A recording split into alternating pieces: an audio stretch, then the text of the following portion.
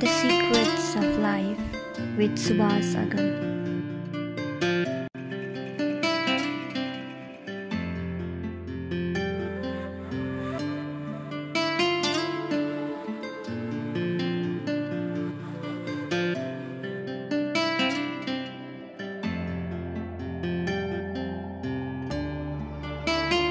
कर्मकाण्डको विषयमा केही प्रश्नहरू छन् गुरु।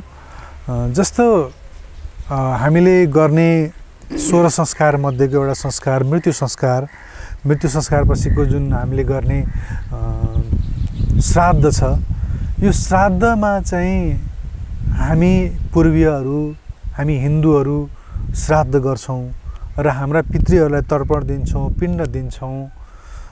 पश्चिमाहरूले त त्यस्तो गर्नुहुन्न, उहाँहरूले त पिण्ड दिने चलन नै छैन। मरिसकेपछि लगेर कहाँ गाडियो भन्नेसम्म थाहा हुन्छ, तर गाडे कि गाडेन भन्ने त कुनै कन्फर्म हुँदैन क्या, किनभने गाड्ने बेलामा कोही त्यहाँ नबसेको पनि हुनसक्छ।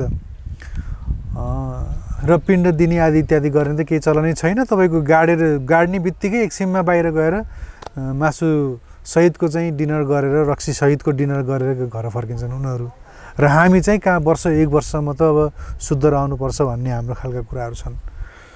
अनि यो विषयमा चाहिँ कुरा गरिरहँदा प्रश्नहरू कस्ता कस्ता आएका छन् भने, होइन पिण्ड दिएर नै साँच्चै मुक्ति हुने हो हाम्रा पुर्खाहरूलाई भने के पश्चिमाहरूका पुर्खाहरू सबै नर्कमा छन् त? नर्कमा ठेलमठेल नै छ त? के भयो पश्चिमाहरूको पुर्खाहरूलाई? यो विषयमा चाहिँ बुझ्न चाहन्छु।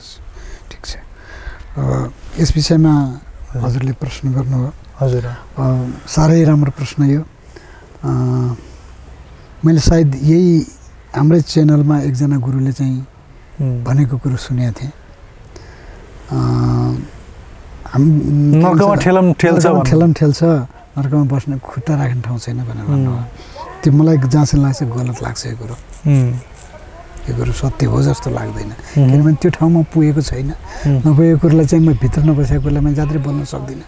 तर मलाई जहाँसम्म के लाग्छ भन्दाखेरि मृत्युको विषयलाई लिएर मान्छे शरीर छोड्यो, आत्मा के भन्छ, आत्मा चाहिँ शरीरबाट निक्लेर बाहिर गयो। बाहिर गइसकेपछि भित्र त्यो आत्मा त बाहिरै बसेको हुन्छ, तर बाहिर बसिसकेपछि भित्र आउने प्रयास गर्छ। भित्र आउने प्रयास गर्दा उसले बाटो पाउँदैन, प्रवेश गर्न पाउँदैन। प्रवेश गर्न नपाएपछि मान्छे मृत्यु हुन्छ। उसको शरीर निष्क्रिय हुन्छ। उसको शरीरमा चाहिँ खोचे पनि, पोले पनि, काटे पनि, जे गरे पनि उसलाई केही थाहा हुँदैन, निष्क्रिय हुन्छ। तर त्यो आत्मा त माथि गयो, कहाँ गयो, त्यो कुन ठाउँमा गयो, के गर्यो त्यो थाहा भएन। त्यो आत्मालाई तृप्ति गर्नलाई श्राद्ध गर्ने होइन।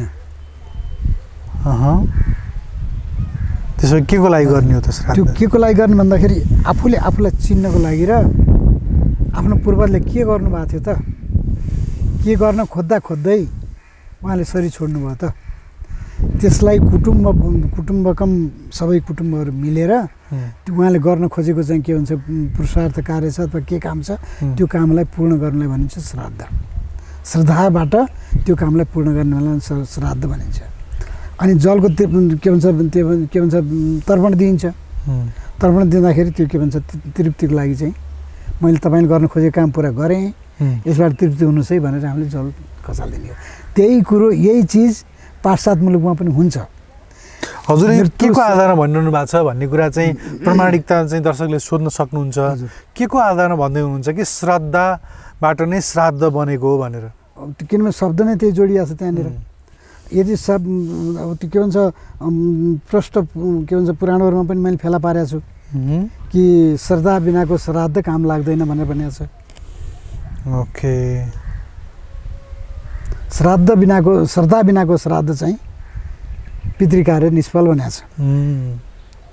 त्यो मैले फेला पारेको छु। त्यही चिजलाई लिएर पाश्चात्य मुलुकमा पनि हुन्छ। त्यो आफ्नो पूर्वजले शरीर छोडेको दिन, त्यो दिनलाई सेतो कपडा लगाएर त्यो के भन्छ के अरे त्यो के भन्छ त्यो क्रिस्चियनहरूको चाहिँ चर्चमा गएर एउटा मोमबत्ती बालेर त्यो ज्योतिलाई सम्झेर आफ्नो पूर्वजलाई सम्झन्छन्। त्यही नै श्राद्ध, उनीहरूको श्राद्ध त्यही नै हो। आखिर कुरो त त्यही भयो, उनीहरूले पनि श्रद्धा गरे। मेरो पूर्वजले के गर्न खोज्नु भएको थियो मैले पुरा गर्छु है भनेर सप्ताह गरी एकछिन भए पनि 5 मिनट पनि एउटा मोमबत्ती बाल्नुभयो भन्छ नि खाना त यो शरीर धान्नको लागि खाने हो क्या आफ्नो स्वेच्छा कुरो त्यो त्यसमा कतैमा प्रतिबन्ध छैन जुन दिन भित्रबाट देखिन्छ त्यो दिनलाई चाहिँ बल्ल त्यसपछि बल्ल खानपिनलाई केयर गर्ने हो पिण्ड भनेको प्रतीक हो अब मोमबत्ती बाले उसले पनि के भन्छ पितृको चाहिँ के भन्छ आफ्नो पूर्वजको चाहिँ रूपमा प्रतीकको रूपमा ज्योतिको रूपमा पिण्ड भनेको त डल्लो होइन एउटा टुक्रा होइन त्यही हो अब यो चाहिँ के भन्छ हाम्रो हिन्दू संस्कारभित्रमा चाहिँ के भयो त भन्दाखेरि यो शरीरबाट निक्लेको चाहिँ ज्योति रूपी आत्मा छ त्यो ज्योति रूपी आत्मा चाहिँ के भन्छ एउटा पिण्डाकारमा परिणत भयो भने एउटा वर्णन त्यो छ भने अर्को वर्णन के छ भन्दाखेरि पृथ्वीको रूपमा चाहिँ के भन्छ त्यो हाम्रो आत्मा परिणत भयो भने त्यो एउटा आकृति छ अर्को एउटा आकृति के छ त भन्दाखेरि पिण्डाकार रूपी पृथ्वी छ डल्नु नै छ पृथ्वी त्यो आत्मा पनि डल्लो नै होला भनेर त्यो एउटा होला भन्ने किसिमको चाहिँ के भन्छ शब्द लहर जोडेर त्यो प्रतिमा बनाइएको त्यो त्यो त्यो केही पनि होइन पिण्ड भनेको एउटा प्रतीक हो आफ्नो पूर्वजले गर्न खोजेको चाहिँ के भन्छ चिन्हलाई प्रतीकको रूपमा चाहिँ डल्लोको रूपमा सम्झोस् चाहे ज्योतिको रूपमा सम्झोस् चाहे जेसुको रूपमा सम्झोस् अब पुर्खाले गर्न चाहेको कर्म चाहिँ पुरा हुन जुन सकेन त्यो कर्म चाहिँ पुरा गरिदिने पनि भन्नुभयो हजुरले होइन अब मानिलिनुहोस् मेरै बुवाको उदाहरण लिनुहोस् मेरो बुवा पोहोर साल दिवंगत हुनुभयो बुवाको सपना चाहना भनेको उहाँ समाजसेवी हुनुहुन्थ्यो समाजसेवा गरेर उहाँलाई चाहिँ देशको प्रधानमन्त्री हुने नै सपना थियो सभासदको लागि यसपालि उहाँले टिकट पाउने कुरा थियो परार साल पनि उहाँले सभासदको टिकट पाइसक्नु भएको थियो पछि चाहिँ पार्टीहरू मिल्दाखेरि फेरि उहाँको चाहिँ टिकट चाहिँ अर्कै नेता ठुलै नेतालाई गयो मेरो बुवाको सपना राजनीतिक सपना थियो समाजसेवा गर्ने साह्रै निष्कलङ्क व्यक्तित्व हुनुहुन्थ्यो त्यो त्यही देखेर नै त्यो संस्कारले गर्दा यो यस्तो भइयो होइन बुवाको त्यो सत्यतालाई देखेर तर बुवाको सपना चाहिँ राजनीति थियो जुन मेरो ध्येय होइन फेरि मेरो त्यसमा कुनै लगाव पनि छैन चाहना पनि छैन अब मेरो बुवाको चाहना समाजसेवा गर्नु एउटा थियो अर्को चाहिँ राजनैतिक नेतृत्वमा पुग्नु थियो अब मैले मेरो बुवाको सपनालाई चाहिँ यो कर्मबाट पुरा गरिरहेको छु मैले बुवाको ठ्याक्कै बुवाले गर्न चाहेकै तरिकाले गरिनँ यो गरिरहेको छु अब हजुरले भन्न खोजेको कुरा चाहिँ कसरी हो त त्यो पुरा गर्ने कसरी पुरा गर्ने भन्दाखेरि जस्तो बुवाले राजनीति गरेर केही ओहदामा पुग्छु भन्ने चाहिँ उहाँको अलिकति थोरै अभिलाषा के त भन्दा पूर्वजनको कुसंस्कारले उहाँलाई दबाएको थियो बुझ्नुभयो त दबाएको थियो त्यही खानदानमा त्यही खुनमा त्यही रगतमा एउटा यस्तो किसिमको चाहिँ के भन्छ तत्त्व आएर मिल्यो त्यो जुन ब्रह्मतत्त्व आएर चाहिँ घुलिन भयो ब्रह्मतत्त्व घुलिन भएर चाहिँ के भन्छ त्यो वीर्य शक्तिबाट चाहिँ तपाईँ पैदा हुनुभयो तर तपाईँको विचार चाहिँ अलिकति भिन्न भयो तर गर्नु त बुवाले गर्नु खोजेकै काम गर्नुभएको छ समाजकै सेवा गर्नु खोज्नु भएको छ तर के त भन्दाखेरि अलिकति मात्रै बाटो परिवर्तन भएको तर चिज एउटै हो तपाईँले गर्नु खोजेको पनि त्यही नै हो किनभने पूर्वजहरूले गरेको कर्मलाई पूर्ण गर्नको लागि मात्रै यो ठाउँमा आउन सक्छ व्यक्ति नत्र पनि सम्भवै छैन कि तपाईँलाई केही पैसा कमाउने इच्छा छैन र पोस्ट लिने इच्छा छैन र त्यो भित्र मनले त कहिलेकाहीँ त भन्छ नि तर तपाईँले मनलाई परास्त गर्नुभएको छ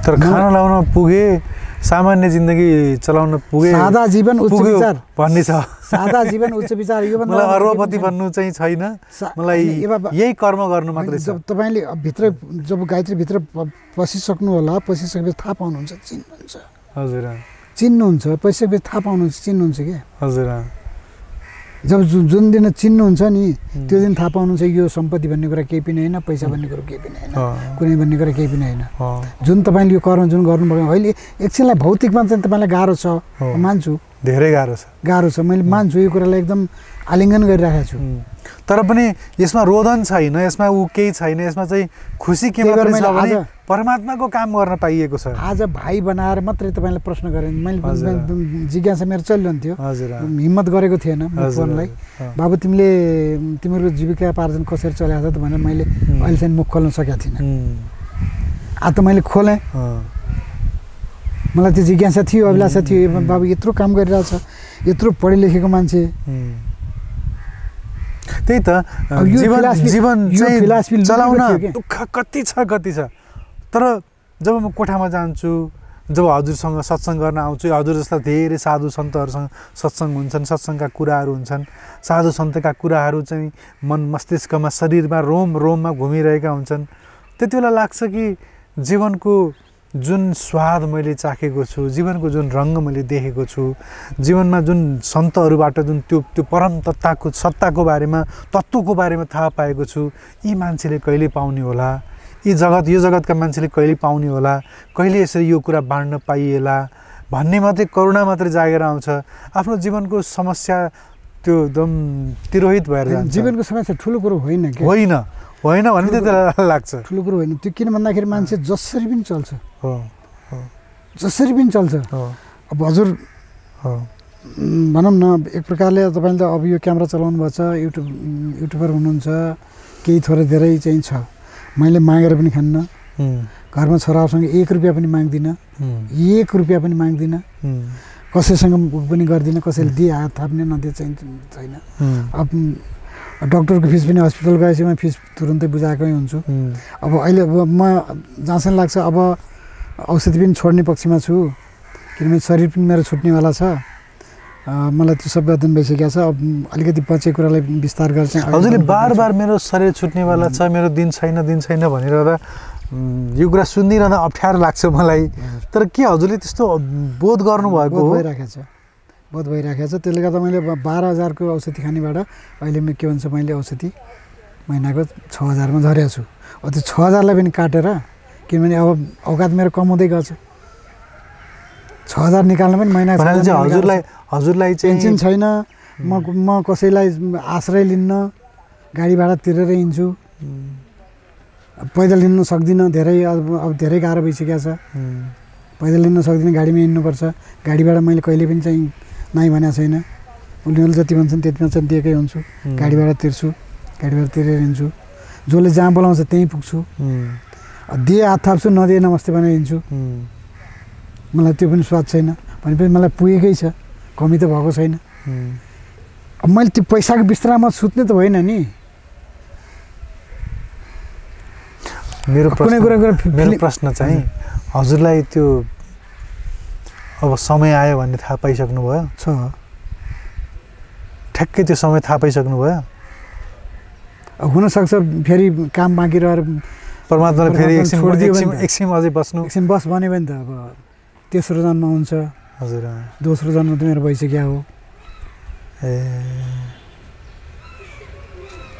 अब मैले दोस्रो जन्मको चाहिँ के भन्छ उत्तरार्धमा चल्दैछु अहिले मेरो आफ्नो जन्म सिद्धिसकेको मेरो आफ्नो आयु खत्म भइसक्यो आजभन्दा 35-36 वर्ष अगाडि नै खत्म भएको यो आध्यात्मिकमा आइसकेपछि केही काम बाँकी रहेछ र चाहिँ के भन्छ परमात्माले रोकेको हो यो त मलाई प्रश्न थाहा छ नत्र म एउटा अनपढ मान्छे अब बोल्न पनि राम्रो नजान्ने अब यत्र विद्वानहरूले चाहिँ के भन्छ कत्र विद्वानहरूले हेर्नुभएको होला कसैले पनि अहिलेसम्म चाहिँ के भन्छ यस्तो गरिस् भनेर चाहिँ फोन पनि आएको छैन कतिपयले खोज्नु भएको छ त्यो मान्छेसँग भेट्न पाए हुँदो भन्ने चाहिँ किसिम कतिपयको चाहिँ ऊ छ उहाँले अब चाहे नेगेटिभ भावले सोध्नु भएको होला चाहे त्यसकै भावले सोध्नु अब मैले त बिन्दी के छ भन्दाखेरि मैले बोल्दाखेरि यदि त्यस्तो केही भएको छ भनेदेखि त्यसलाई चाहिँ मिलाइदिनु होला भनेर म भन्छु बोली मेरो हुँदैन तर चाहिँ के भन्छ भन्न खोजेको चिज त त्यसमा छ नि पढे लेखे विद्वान यदि हुनुहुन्छ भनेदेखि त्यसलाई चाहिँ के भन्छ सम्बोधन त गरिदिनुहोस् अस्ति एकजनाले फोन गर्नुभएको थियो हेरिदिनु होला हेरेर चाहिँ यदि मैले मेरो बोलीमा अथवा चाहिँ मैले बोल्दाखेरि केही कुरा सोच्याउनु पर्छ भने मलाई तपाईँले आफ्नो सम्झेर मलाई फोन गर्नु होला भनेर अस्ति एकजनालाई होइन एकदम राम्रो छ त्यसमा हामीले खासै छैन हामीले व्यस्त त्यति सक्दैनौँ तर तपाईँले त्यति बोल्नुभयो भनेर एकजनाले भन्नुभयो फोनै गरेर भन्नुभयो साह्रै आनन्द लाग्यो भनेर भन्नुभयो अनि त्यसपछि उहाँले अनि मलाई धेरै हौसला बढ्यो अनि 1-2 जना अरूले पनि त्यो कुरा भन्नुभयो त्यसो गर्दाखेरि हुनसक्छ अब तेस्रो जन्ममा परमात्माले लगेर पनि केही काम बाँकी राखेर चाहिँ अझै 2-4-10 वर्ष काम गराउनुहुन्छ कि त्यसको लागि अहिले चाहिँ के भन्छ भविष्यान्नमा लगेको हो कि मलाई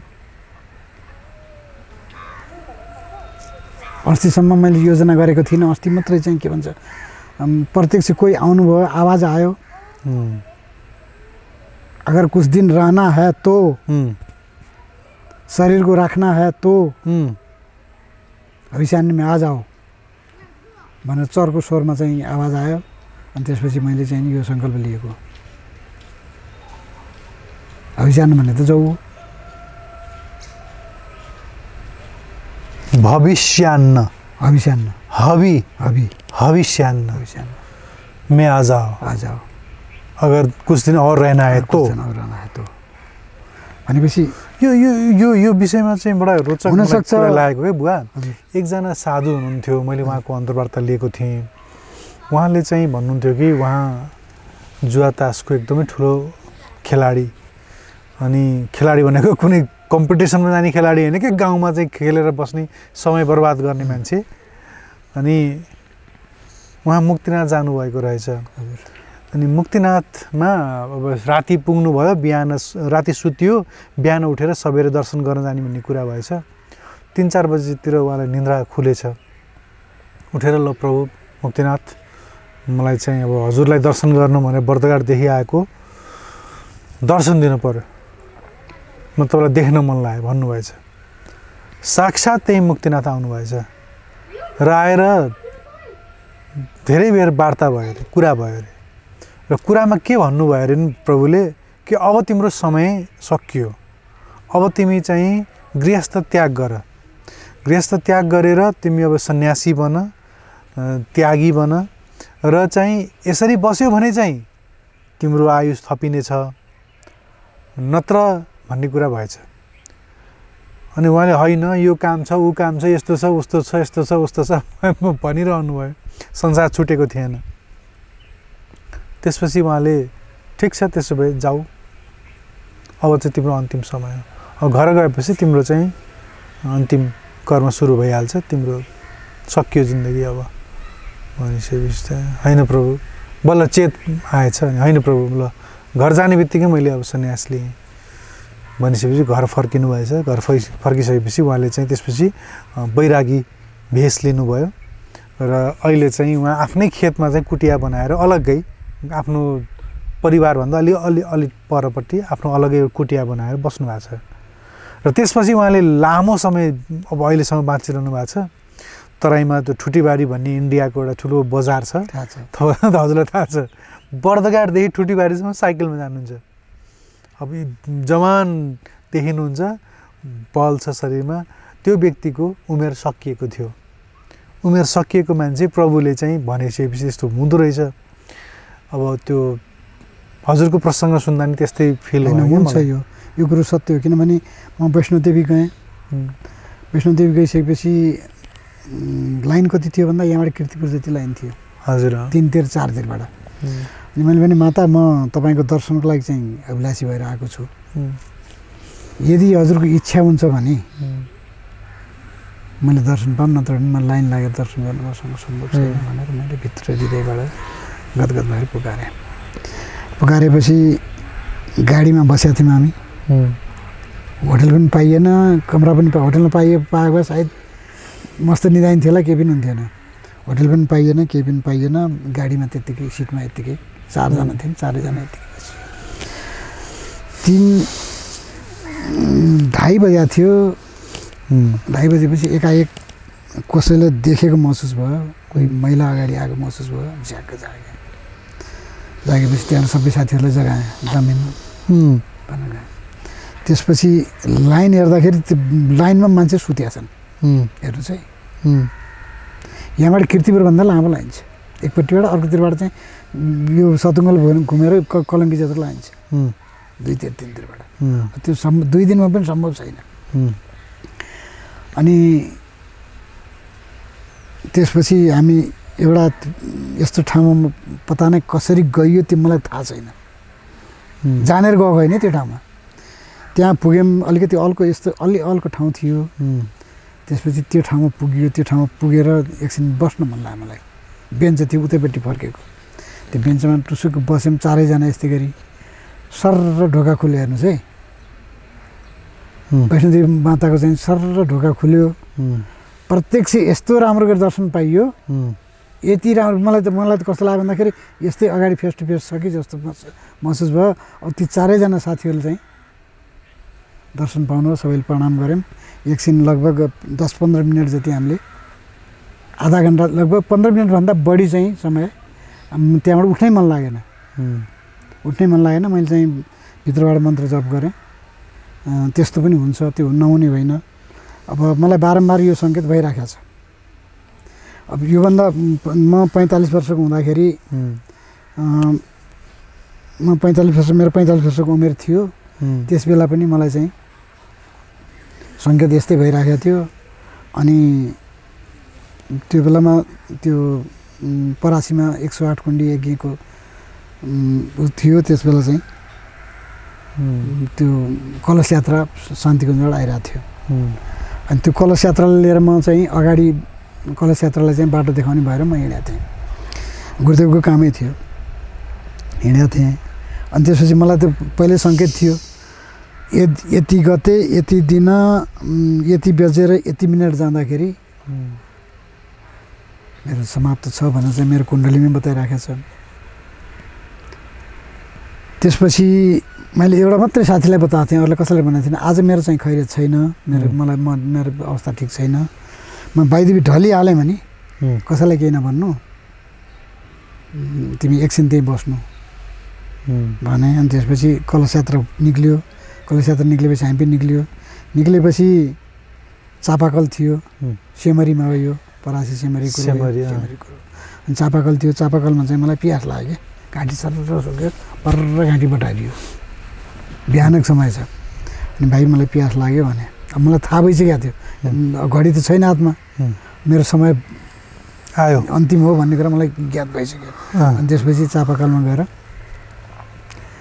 पानी चापाकल यसो 2 हन्डेल चलाएको थाहा छ। त्यसपछि मलाई केही पनि थाहा छैन। म लडाइन्छु, त्यही लडाइन्छु। म अर्कै दुनियाँ पुगिसकेँ। लडेपछि उसलाई मैले भनेको थिएँ, उसले त्यही अनुसार गरेछ। 5 मिनट मलाई रोकेर बस्यो। त्यहाँबाट 5 मिनटपछि आँखा मेरो खुल्यो। अनि उठेँ, यसो हेरेँ। अनि शरीर त मेरो यस्तो नरम भएको थियो, त्यो भर्खरको त्यो कलिलो शरीर त्यस्तो चाहिँ के हुन्छ आफूलाई महसुस भयो। अनि जुरुको उठेँ। पहिलाभन्दा 100 गुणा ताजगी छ, फुर्ती छ, अर्कै चमक छ। त्यसपछि म त कस्तोमा भन्दाखेरि हावा उडे जस्तो, बेगमा उडे जस्तो पो भयो। म त हेर्नुहोस्, बेगमा उडे जस्तो। त्यसपछि अहिलेसम्म यत्तिकै त चलिरहेछ। त्यति बेला अन्न पनि खान्न थिएँ मैले, अनि त्यसपछि झनै विश्वास भयो, गुरुदेवपट्टि झनै लगानी भयो, गुरुदेवको कामपट्टि झनै लाग्यो। हुँदै गएपछि मेरो दोस्रो जन्म त्यहाँनिर मैले अनुभव गरेँ। अब अहिलेसम्म मलाई त्यो अनुभूति छ। किनभनेदेखि 500 सुगर हुँदाखेरि अपरेसन गराउने मान्छेमा यो अहिले पनि सुगर 200-250 सुगर हुन्छ।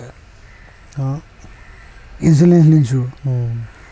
डाक्टरहरूको दिमाग खराब हुन्छ, रिपोर्ट हेर्छन्, मान्छे हेर्छन् केही भएको छैन, रिपोर्ट हेर्छन् उनको दिमाग खराब हुन्छ।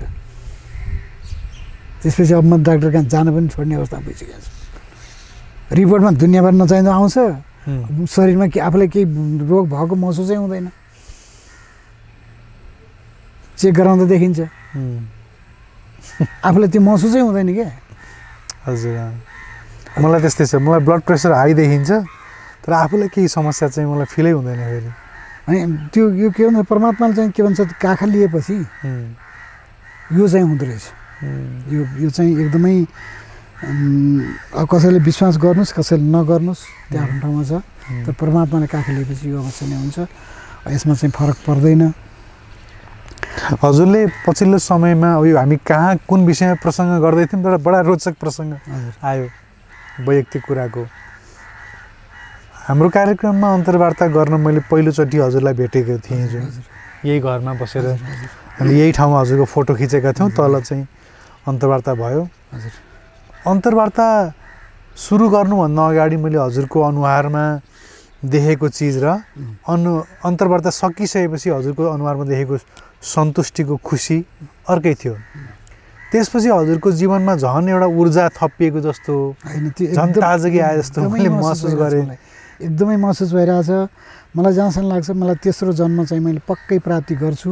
तेस्रो जन्ममा पनि मैले केही समय काम गर्न सक्छु भन्ने भित्री अभिलाषा कता कता चाहिँ अब या त आत्माको आवाज हो या त के हो त्यो मैले बुझ्न सकेको छैन। यो कुरो अन्न खाँदाखेरि हुँदैन थियो, नखाएको बेला यस्तो कुराहरू आइरहेको हुन्छ।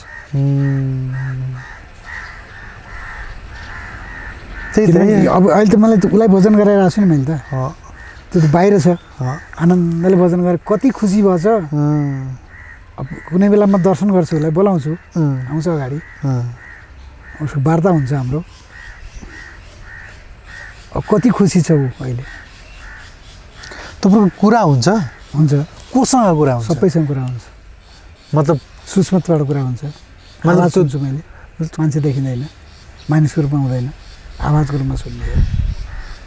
त्यो कानहरूमा आवाज आउँछ, भमरा जस्तो कराएको हुन्छ, त्यसलाई चिरफार गरेर सोध्ने हो। यो 85 साधनाबाट चाहिँ मैले सुरु गरेको। इभन मेरो बारेमा नि सोध्नुभयो होइन हजुरले? सबै नसोधिकन मैले तपाईँलाई यसरी पछि लगाएँ त। पछि लाइनमा तपाईँले अझै अहिलेसम्म हजारौँ व्यक्तिले के भन्छ इन्टरभ्यू लिइसक्नुभएको छ तपाईँले। कसैले तपाईँलाई सनासोल समाते जस्तो समाते त? मैले त तपाईँले सनासोल समाते जस्तो समाते छु। तपाईँ त सनासोभित्र पर्नुभएको छैन, पर्नुभएको छैन। त्यही त हजुरको अन्तर्वार्ता, पहिलोचोटि अन्तर्वार्ता लिइसकेपछि हजुरको आँखामा, हजुरको भावमा जुन एउटा आनन्द देखेँ मैले, र हजुरले त्यति बेला नि भन्नुभएको थियो कि मसँग 12वटा 24वटा रोग छन्, त्यत्रा रोग बोकेर हिँडेको मान्छे यो अन्तर्वार्ता गरिसक्दाखेरि हलुङ्ग भयो, मलाई रोगै छ्याङ्ग भए जस्तो भयो, सन्चो भए जस्तो भयो।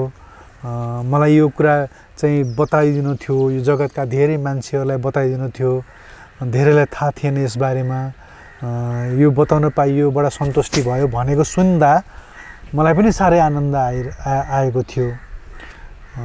र अहिले फेरि हजुरले चाहिँ धेरै जुन यस्तो गुह्य ज्ञानहरूको बारेमा जगतलाई बताउन पाइएको छ, त्यसमा मलाई पनि बडा सन्तुष्टि मिलेको छ। र मलाई त्यो सन्तुष्टिभन्दा बढी सन्तुष्टि चाहिँ हजुरलाई जुन यो कुरा मनमा राखेर बस्नुभएको थियो, लामो समयदेखि गरेको साधनाका कुरा, गुरुप्रतिको अहोभावका कुराहरू जुन व्यक्त गर्दाखेरि जुन आनन्द आयो नि हजुरलाई, त्यो आनन्द देखेर मलाई पनि आनन्द आइरहेछ।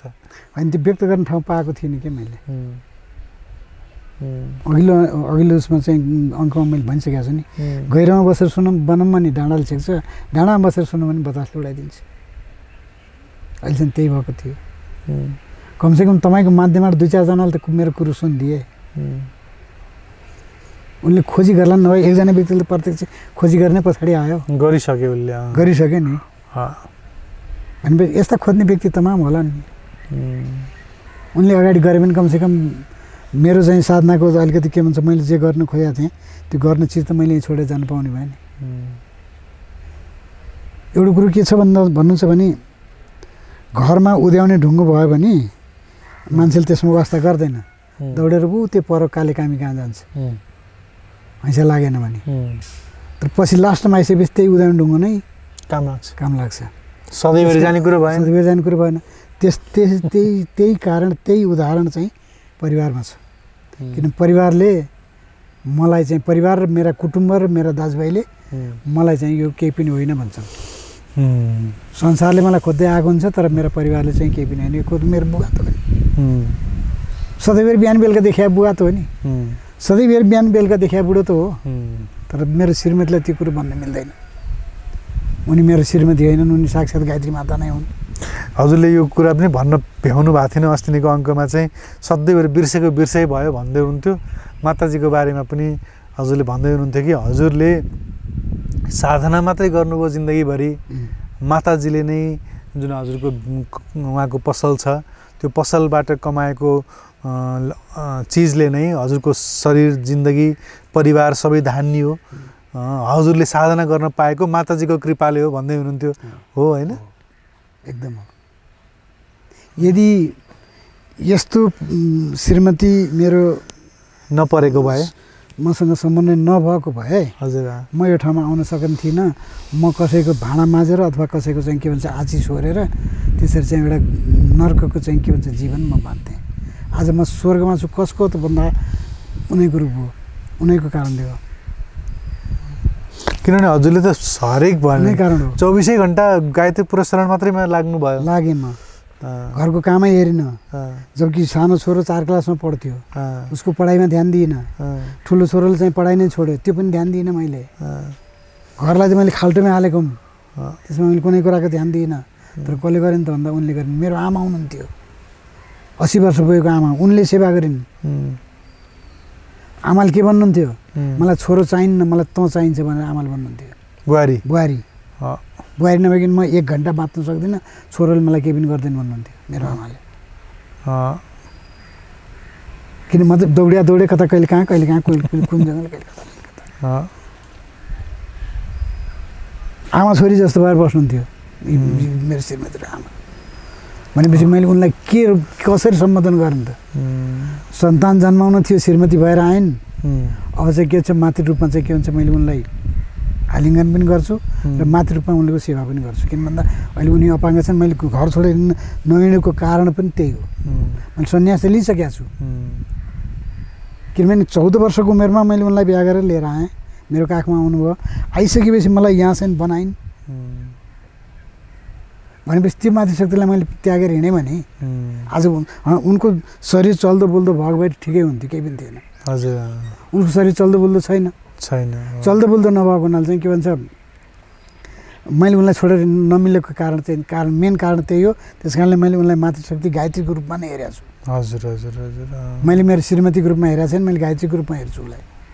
किन उसले यदि मेरो परिवार नपालिदिएको भए, मैले मेरा सन्तानलाई नहेरिदिएको भए आज म यो ठाउँमा आउन सक्थेँ? कतै पनि सक्ने नि। तपाईँसँग भेट हुन्थ्यो, कतै पनि हुन्थेन नि। होइन, हजुरले यो भनिरहँदा म मेरै जिन्दगी सम्झिरहेको छु। मैले नि मास्टर्स गरेको छु, डिग्री गरेको छु इङ्ग्लिसमा। मेरो श्रीमतीले पनि डिग्री गरेकी छिन्। तर यो जुन कर्ममा मलाई मेरो श्रीमतीले दिएको साथ छ नि, त्यो संसारमा कसैले दिएको छैन क्या त्यो साथ। यो साथ नटुटोस् भन्ने मेरो एउटा प्रार्थना छ। गायत्री मातासँग प्रार्थना छ, यो सधैँभरि जहिले पनि देख्दाखेरि, किनभने भाइ बहिनीको रूपमा मैले जोडेको छु तपाईँहरूलाई। उसलाई बहिनी, तपाईँलाई भाइ। उसलाई बहिनी भनेर तपाईँलाई जमाइ पनि भन्दिनँ। उसलाई चाहिँ के भन्छ ऊ त्यो नाता मैले फेर्न चाहन्न। तपाईँ मेरो भाइ, ऊ मेरो बहिनी। त्यहाँभन्दा अरू मेरो चाहिँ कुनै सम्बन्ध पनि होइन। र त्यसले गर्दाखेरि म चाहिँ के भन्न चाहन्छु भने, यो बिचमा जसरी चाहिँ के भन्छ तार जोडिएको छ, त्यो तारलाई पूर्ण रूपमा सफल गराउनु, एक आपसमा पूरक भएर चाहिँ के भन्छ घरको 2 पहिया भएर चाहिँ रहनु, र तपाईँको पूर्वजले गर्न खोजेको कामलाई चाहिँ के भन्छ आलिङ्गन गर्नुपर्छ। र त्यो पूर्वजले के भन्छ सत्कर्म गर्नुभएको थियो।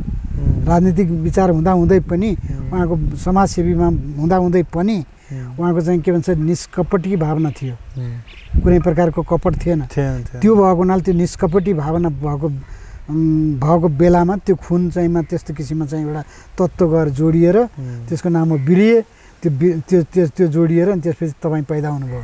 तपाईँको जीवन कहानी पैदा हुनुभयो। पैदा भइसकेपछि धरतीमा आउनुभयो।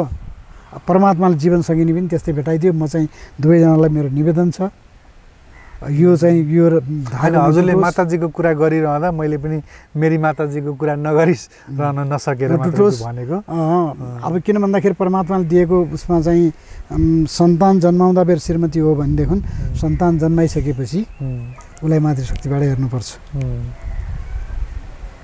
सन्तानको रहर पुगिसकेपछि उसलाई मातृशक्तिबाट हेर्नुपर्छ। किन भन्दाखेरि उनलाई पर्दाखेरि तपाईँलाई पर्दाखेरि उनी, त्यहाँभन्दा त्योभन्दा अर्को दोस्रो कोही पनि हुँदैन। तपाईँको उनकै कोखबाट जन्मेको छोरो पनि तपाईँको हुँदैन। ऊ कसको हुन्छ त भन्दा उसको श्रीमतीको हुन्छ। तपाईँ आफ्नो आमा बाउको हुनुहुन्छ त हुनुहुन्न नि। त्यस कारणले यो दुईजनाको समन्वय भन्दाखेरि बहुतै गहिरो समन्वय हो। यो अरूले पनि यस कुराको जानकारी गर्नुहोस्।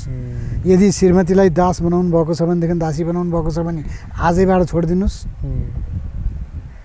किनभने उसको सेवा गरेर तपाईँ सानो हुनुहुन्न, उसले जिन्दगीभर तपाईँको सेवा गर्छ भनेदेखि तपाईँले एक दिन अस्वस्थ भएको बेला चाहिँ के भन्छ उनलाई पकाएर खान दिँदैमा तपाईँ सानो हुने कुरो हुँदैन। बिल्कुल, नो डाउट। हामी यो शब्द मैले सबैको लागि चाहिँ प्रयोग गरेको। यो त मैले कर्मकाण्डको कुरा गर्दै थिएँ। हजुर, कर्मकाण्डबाट कस्तोसँग चाहिँ जीवन काण्डमा आयो। बडा मिठो संवाद भयो। तथापि कर्मकाण्डमा मूलभूत रूपमा श्राद्धको कुरा हामीले गर्दै थियौँ। त्यो जुन लगभग त्यो कुरा गरेर सकिएको थियो।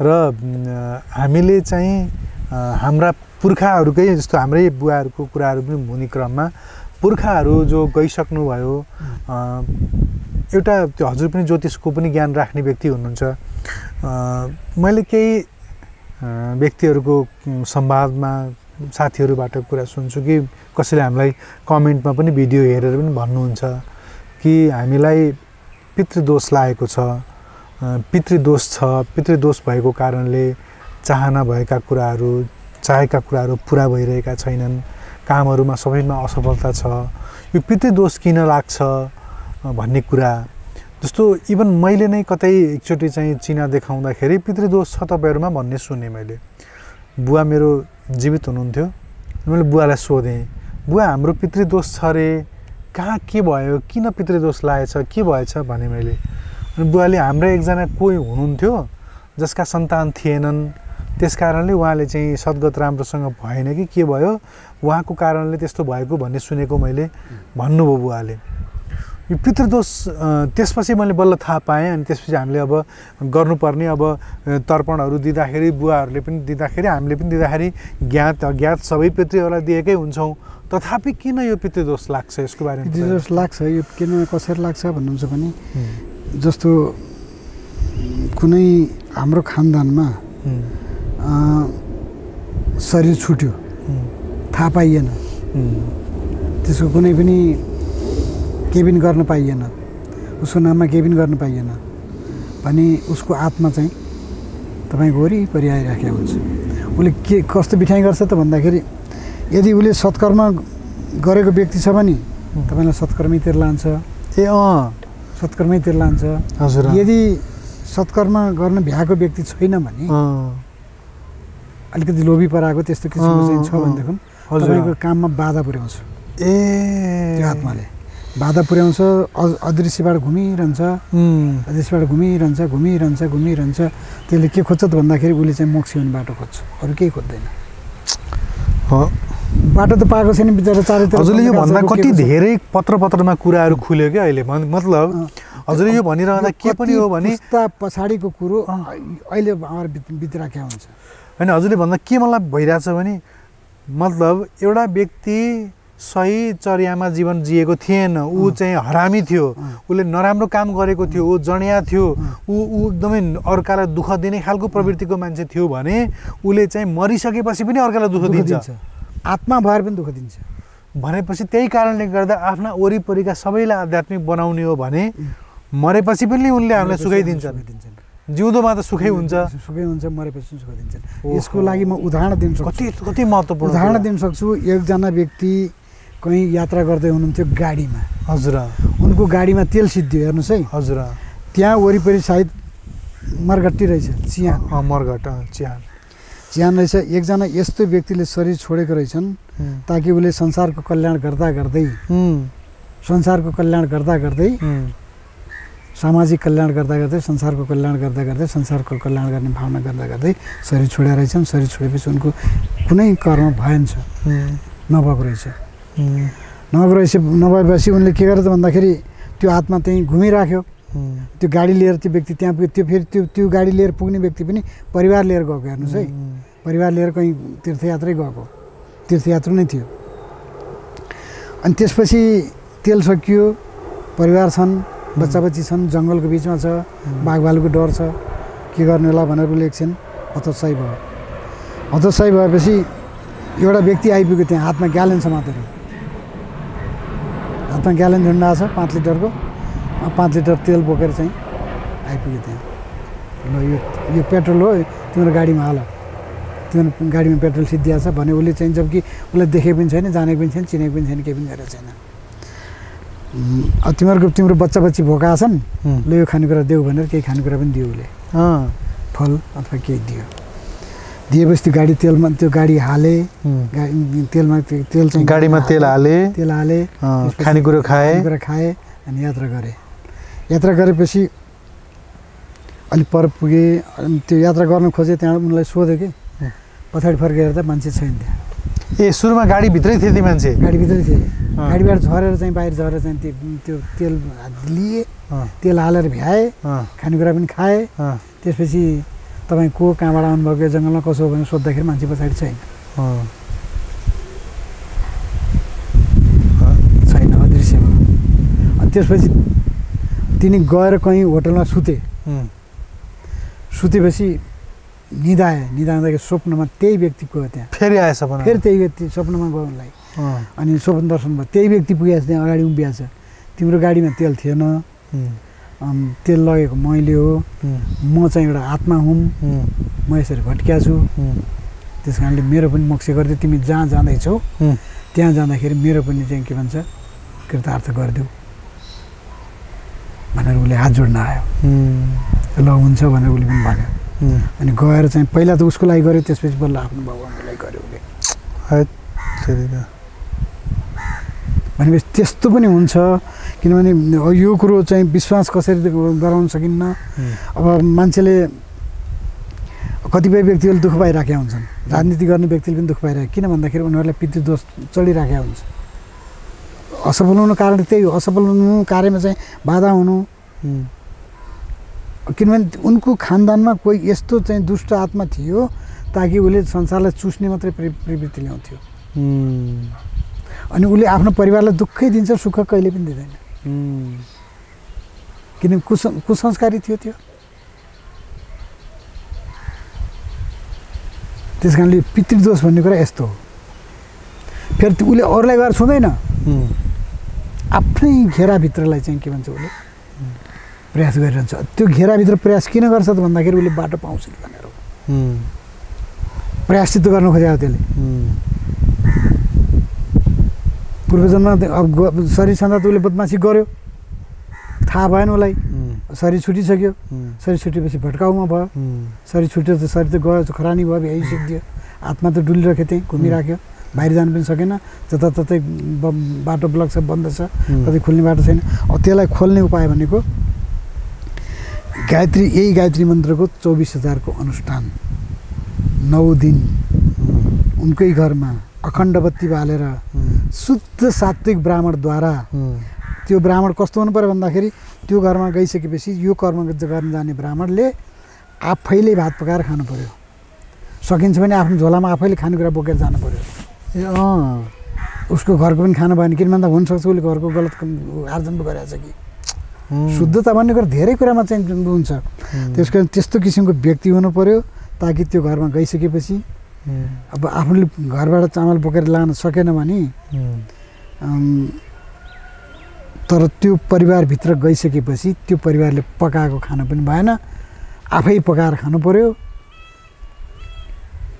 र गायत्री मन्त्रको अनुष्ठान गर्नु पर्यो भाव विफल भएर गायत्री मन्त्रले के त भन्दाखेरि हेमा तपाईँकै छोरो हो नि तपाईँले काखमा लिनुहोस् न त्यो पनि पुगेको के भन्छ अनुष्ठान 1-2टा अनुष्ठान गरेको चाहिँ ब्राह्मण हुनु पर्यो ब्राह्मण भन्दैमा सबै ब्राह्मण हुँदैनन् अनुष्ठान पनि त्यही किसिमको भाव जोडिएको हुनु पर्यो त्यो गायत्री मातासँग सम्बोधन गर्न सक्ने व्यक्ति हुनु पर्यो अनि सुसन्तबाट भावनाबाट चाहिँ हामीले चाहिँ के भन्छ ध्यान गर्दाखेरि गायत्री मन्त्र जप्दाखेरि हेमा तपाईँकै छोरो त हो नि यो आत्मालाई तपाईँले काखा लिनुहोस् न भनेर बारम्बार भनिसके प्रत्येक मन्त्रको पछाडि त्यो भन्दै गएपछि के हुन्छ त भन्दाखेरि धेरै चपाएपछि गुण पनि तितो हुन्छ बारम्बार रिपिट गरेपछि त्यो मूर्खको चाहिँ के भन्छ सम्पूर्ण जति अगाडि जन्म मूर्खै गरेको थियो त्यो सबै नष्ट हुन्छ अनि गायत्री माता आएर काखा लिनुहुन्छ त्यसमा चाहिँ अखण्ड दीपक बालिन्छ घिउको अनि त्यसपछि गीता पाठ हुन्छ सँगसँगै वासुदेवलाई बोलाउनु पर्छ किनभने मोक्ष दिने त वासुदेव हो त्यहाँभन्दा अरू कोही पनि छैन फेरि कृष्ण मोक्ष दिने वासुदेव हो वासुदेवभन्दा अरू कोही पनि छैन वासुदेवलाई आह्वान गर्नु पर्यो विष्णु अवतार उनले विमान लिएर आउनुहुन्छ विमान आउँछ तेस्रो नेत्र खोलाएपछि उनले देख्न पनि सक्छ आवाज सुन्न सक्छ अब यो दुनियाँमा त त्यो सब देख्न सक्ने सुन्न सक्ने सम्भव कोही पनि छैन तर प्रत्यक्ष हुन्छ आएर चाहिँ त्यो अनि त्यसपछि 9 दिनको दिन अनि उसलाई लिएर जानुहुन्छ विमानमा राखेर बकाइदा चाहिँ माताजीले काखमा लिएर जानुहुन्छ त्यो 9 दिन 24,000 को गायत्री मन्त्र अनुष्ठान अनि त्यसपछि गीता पाठ त्यसपछि पितृसुक्तम भन्ने एउटा हुन्छ त्यो पाठ त्यो नियमित रूपमा त्यो ब्राह्मणले गरिदिनु पर्यो यदि सकिन्छ होइन ब्राह्मणले मात्र नगरिकन आफै पनि सक्नुहुन्छ भने आफैले पनि गर्न सक्नुहुन्छ त्यसमा विधान बताइदिन सक्छु मैले तर सात्विकता त्यही हुनु पर्यो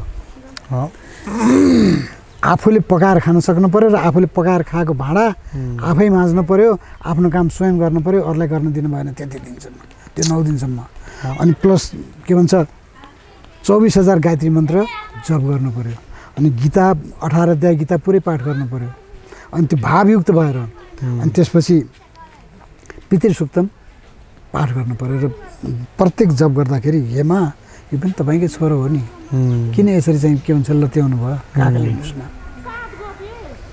ठिक छ उसले अपराध गर्यो तर क्षमा दिनुहोस् न तपाईँको छोरो होइन र भनेर त्यसरी सम्बोधन गरेर अनि बल्ल चाहिँ के भन्छ त्यो पितृमोक्ष हुन्छ सम्भव छ यहाँ त के गर्छन् भन्दाखेरि गुरुहरूले के गर्नुहुन्छ भन्दाखेरि नारायण बलि गर्नुपर्छ यो गर्नुपर्छ यति खर्च हुन्छ त्यति खर्च हुन्छ यहाँ हुन्छ त्यहाँ हुन्छ अनि त्यसपछि उहाँले पनि सक्नुहुन्न अनि त्यसपछि त्यसको त्यो खानदानमा त्यो गर्न खोजेर पनि सक्नु भएन खर्च पुगेन एक त त्यसै तबाह भइरहेछ खर्च पुगेन सक्नु भएन गर्नु भएन त्यो हातमा त्यत्तिकै छ फेरि त्यसपछि अर्को भनौँ न त्यो घरमा कसैको अर्को हातमा छुट्यो अनि त्यो पनि गएर उसैसँग मिल्यो फेरि श्राद्ध त गर्नुभयो सपिण्डी गर्नुभयो तर सपिण्डी गरे पनि के देखावटी मात्रै भयो के भन्छ भन्दाखेरि त्यो हातमा त्यो पहिलाको हातमा मोक्ष भएको छैन उसले फेरि उसलाई फेरि तानेर साथी बनाएर राखिदियो अनि त्यसपछि अर्को पितृदोष थपियो त्यहाँबाट अर्को थपियो एवं प्रकारले थपिँदै गएपछि चुलिँदै गएपछि किन भन्दाखेरि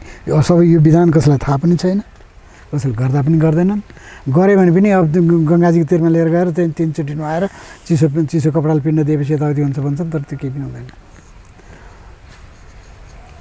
तरिकै हो अब हिजो आएको केस पनि पितृदोषै छ हजुर अब पितृदोष प्लस मलाई कहाँसम्म लाग्छ भन्दाखेरि यिनीहरू चाहिँ कुमै खाँदा रहेछन् अब त्यो घरमा गएपछि पत्ता लाग्छ यिनीहरूको चाहिँ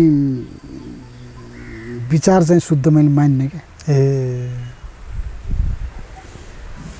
हिजो यसो एकछिन मात्रै नारी मात्रै छुएँ अनि त्यसपछि पितृदोष त पहिला ठाडै देखियो अनि त्यसपछि विचार पनि खासै शुद्धता देखिन अब त्यही घरभित्र भएका व्यक्तिको हो कि या अरूको हो त्यो खानदानमा अरूको नाडी छाम्दा तपाईँले विचारसँग थाहा पाउन सकिन्छ है यो आध्यात्मिक ऊर्जा हो र आध्यात्मिक शक्ति हो नाडी विज्ञान मात्रै होइन यसमा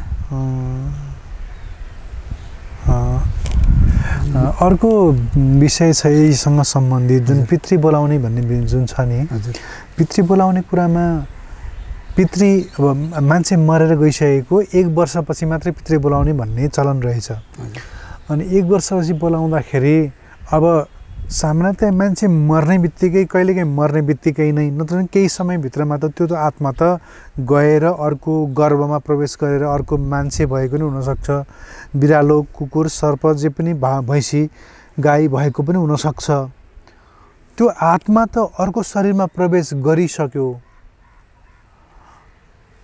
पितृ बोलाउँदा बोल्ने चाहिँ को हो त्यसो भए त्यो त मलाई मैले त्यसको विषयमा भन्न सक्दिनँ मलाई विश्वास लाग्दैन ठिक छ ठ्याक्कै यहीसँग जोडिएको अर्को प्रश्न छ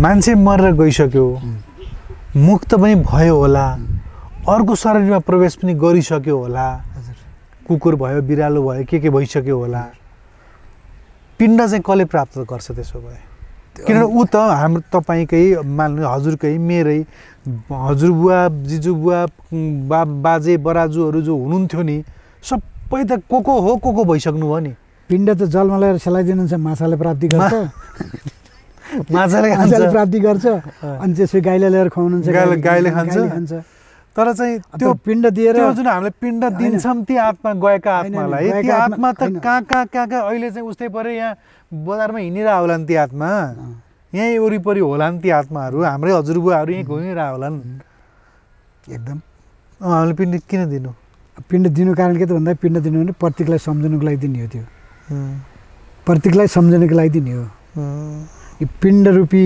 शरीरलाई सम्झनलाई आफ्नो चाहिँ त्यो श्राद्ध गर्दाखेरि एउटा चाहिँ आउँछ नि त्यहाँनिर सास रोकेर आफ्नो पितृको याद गर्नु त्यही हो पिण्ड हातमा लिइसकेपछि त्यो पिण्डलाई चाहिँ के भन्छ त्यो भन्न खोजेको के त भन्दाखेरि पिण्डलाई हेरेर आफ्नो पितृको रूपलाई त्यो पिण्डमा सम्झनु भनेर चाहिँ भनेको थियो। त्यो संस्कृतमा लेखिदिए भन्नेले भन्दिएनन्, श्राद्ध गराउनेले श्राद्ध गराउने आतुर हुन्छ, एकजनाले चाहिँ 5 वटा श्राद्ध गराउनु पर्छ, 5 वटा श्राद्ध गराउनु पर्छ। अनि त्यसपछि भन्नेले त्यहाँ लेखिदियो, मन्त्र पढे, फलाके, सिधा बोके, घर गए। त्यति मात्रै, त्यहाँभन्दा त अर्थ छैन। तर भित्रको फिलोसफी र दर्शन चाहिँ के छ त त्यहाँनिर? एउटा एउटा चिजमा दर्शन छ हजुर। त्यो दर्शनमा खोजी गरौँ, दर्शनभित्र जाऊँ न हामी। यस कारणले अब त्यही हो। त्यो आत्मा पनि अब मैले अब यस विषयमा अलिकति थोरै के भन्छ सबैलाई जानकारी गराउँछु। यो के त भन्दाखेरि मानिसको शरीर छुट्छ, किनभने गएपछि आउनुपर्छ, आएपछि जानुपर्छ। मकै रोपे मकै नै फल्छ, धान रोपे धानै फल्छ, गहुँ रोपे गहुँ नै फल्छ, कोदो रोपे कोदो नै फल्छ। कोदो रोपेर धान कसैले फलाएर देखाइदियोस् त? मान्छे बितिसकेपछि मानिस नै भएर जन्मन्छ। रहेको कुरो के त भन्दाखेरि गरुड पुराणको उदाहरणमा चाहिँ मानिस मरेर गएपछि यो गरे पनि यस्तो गरे पनि यस्तो पाप लाग्छ, मासु खायो भने गिद्दा हुन्छ भन्ने जुन वर्णन गरिरहेको छ त्यो पनि मलाई चाहिँ के भन्छ सार्थक लागेन। त्यो पनि बनावटी कल्पना जस्तो लाग्यो। अब त्यो नकारात्मक नराम्रो काम गरेको व्यक्तिले शरीर छोड्यो भने जड योनिमा प्रवेश गर्छ। हो, कस्तो कोही कोही हामीले देख्छौँ नि, दिसा पिसाब सबै एकै ठाउँ पेचा पेचा भए, त्यो जड योनि भयो नि। त्यो थाहा पनि छैन, होस पनि छैन, आछी पनि खाएको छ, सबै गरिरहेको छ, त्यो जड योनि भयो नि। जड योनि भएन, उसलाई म दुःखमा छु भन्ने पनि बोध छैन, किनभने अघिल्लो जन्ममा त्यही कर्म गरेको थियो। अहिले आएर चाहिँ के भन्छ मानिस त भयो तर मूर्धन्य रूपमा भयो। अब कोही व्यक्ति के भयो त भन्दाखेरि चोरी चाण्डाली, त्यो पूर्वजन्म कुसंस्कार थियो, उसलाई चोरी चाण्डाली गर्न लगाए त्यस्तो। त्यस कारणले मानिसले शरीर छोडिसकेपछि के गर्छ भन्दाखेरि मैले कुनै पुस्तकमा पढेअनुसारमा चाहिँ त्यो 2 वर्ष गएर अन्तरिक्षमा त्यो आत्मा आनन्दले सुत्छ। किन कसरी भन्नुहुन्छ भने त्यो वैज्ञानिक यसमा थोरै मिसिएको भेटाएँ मैले। हजुर, मान्छेले काम गर्दा गर्दा अब हरेक गर्दा गर्दा बेसकर थाकेको हुन्छ नि, त्यो आत्मा पनि बेसकर थाकेको सम्झाउँछ, बेसकर सम्झाउँछ, आत्माले बहुत सम्झाउँछ। हजुर, मनले त मान्दैन, मनले त गर्नै खोज्छ, गरिरहन्छ। हजुर, मर्ने बेलासम्म पनि यो गर्नु पर्यो, त्यो गर्नु पर्यो, त्यो गर्नु पर्यो, त्यो गर्नु पर्यो, अहिले प्राण जाने बेला हुन्छ त्यतिसम्म मान्छेले गरेकै हुन्छ। अथवा त्यो नगरेमा अथवा धार्मिक पनि लाग्यो भने पनि मान्छेलाई चाहिँ अनेक प्रकारको चाहिँ के भन्छ अभिलाषा त बनिराखेकै हुन्छ। गुरुकै काम गर्ने भए पनि सपना हुन्छ, त्यो अभिलाषा चलेकै हुन्छ। भनेपछि अब शरीर त्यो अभिलाषा राख्दा राख्दै थाक्यो, त्यो एकदम आत्मा एकदम थकित हुन्छ। अनि गएर ऊ चाहिँ आनन्द बल्ल चाहिँ मेरो चाहिँ के भन्छ निद्रा पुग्ने भयो भनेर अभिलाषा शून्य भएर चाहिँ त्यो गएर चिर निद्रामा चाहिँ आनन्दसँग त्यो आत्मा 2 वर्षसम्म सुत्छ। हाम्रो 2 वर्ष, ब्रह्माजीको 2 दिन 2 घन्टा, पितृको 2 वर्ष। त्यो चाहिँ आत्मामा त्यो के भन्छ अन्तरिक्षमा गएर सुत्छ। अन्तरिक्षमा गएर सुतिसकेपछि त्यहाँबाट त्यो जाग्छ।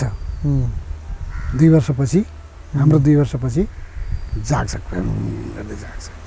जागेपछि त्यहाँबाट फेरि त्यो एउटा सानो चिङ्गारीको रूपमा फेरि पृथ्वीमा आउँछ। भगवान्ले त्यो परमात्माले पठाउनुहुन्छ, पृथ्वीमा आउँछ। पृथ्वीमा आइसकेपछि त्यसले ठाउँ खोज्छ, म कहाँ जाने भनेर ठाउँ खोज्छ। अनि त्यसपछि माथि बसेकोले चाहिँ त्यो मूल्याङ्कन गरेको हुन्छ के अरे खातामा, उसले कस्तो किसिमको कर्म गरेको छ त, कस्तो किसिमको काम गरेको छ त, त्यही आधारबाट त्यही मूल्याङ्कनबाट उसलाई चाहिँ ठाउँ देखाइन्छ। उसलाई के हुन्छ, मैले अघि नै गुरुको विषयमा भने नि, हजुर, गुरु छोड्नु पऱ्यो भने आफूले चाहिँ के भन्छ श्रद्धा रूपबाट चाहिँ के भन्छ म जाँदैछु गुरु, मैले अब खोज्छु, अरू योभन्दा अगाडि खोज्छु भने नि मैले। त्यस्तै गरी उसलाई पनि राम्रो कर्म गरेको व्यक्ति छ भने नराम्रो ठाउँमा लगेर देखाइन्छ। नराम्रो ठाउँमा लगेर यहाँ बस्छस् भन्दाखेरि त्यसले मनले मान्दैन, यहाँ त भन्छ। त्यसपछि राम्रो मान्छेलाई नराम्रो ठाउँ देखाइन्छ पहिला। अनि त्यसपछि मध्यममा ल्याइन्छ। मध्यममा ल्याइसकेपछि यहाँ बस्छस् त भन्दा किन भन्छ, त्यहाँ पनि इन्कार गर्छ। त्यहाँबाट उसको कर्म राम्रो छ, अनि लगेर गएर चाहिँ राम्रो ठाउँमा चाहिँ उसलाई छोडिन्छ व्यवस्थित गरेर छोडिन्छ। अनि नराम्रो काम गरेको व्यक्तिलाई के गर्छन् त पहिला राम्रो ठाउँमा ल्याएर छोड्छन्। यहाँ बस्छस्, अब गाडी घोडा पुरै बङ्गला चाहिँ दुनियाँदारी देख्सक्यो, यहाँ बस्छस् भन्दा नै बस्दिनँ भन्छ। बस्दैन उसले पनि, बस्दैन नि, बस्दैन भन्छ। अनि त्यसपछि फेरि उसलाई मध्यम ठाउँमा लगिन्छ।